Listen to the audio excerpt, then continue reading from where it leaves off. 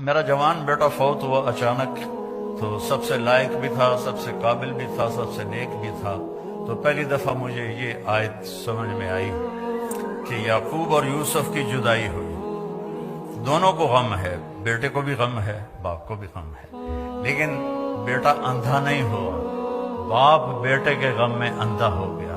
وَابْيَضَّتْ عَيْنَاهُ مِنَ الْحُزْنِ فَهُوَ كَظِيمٌ، یوسف کے غم میں ان کی آنکھیں ختم ہو سفید ہو گئیں، یعنی یہ جو درمیان والی پتلی ہے یہ بھی غائب ہو گئی۔ اتنا دکھ دیکھا، جیسے بچپن جیسے پیدائشی اندھے ہوتے ہیں ان کی پتلی نہیں ہوتی، اس طرح غم تھا کہ پتلی غائب ہو گئی 40 سال۔ وَابْيَضَّتْ عَيْنَاهُ، تو بیٹے کے جانے کے بعد یہ آیت سمجھ میں آئی ہے کہ جو غم ماں باپ دیکھتے ہیں وہ اولاد نہیں دیکھتی ہے۔ ماں سامنے گئی، باپ سامنے گیا، چاچے سامنے گئے، تائے سامنے گئے، کزن سامنے گئے، لیکن عاصم کا جانا کوئی اور طرح کا ہی تھا۔ اللہ کسی کو یہ دکھ نہ دکھائے۔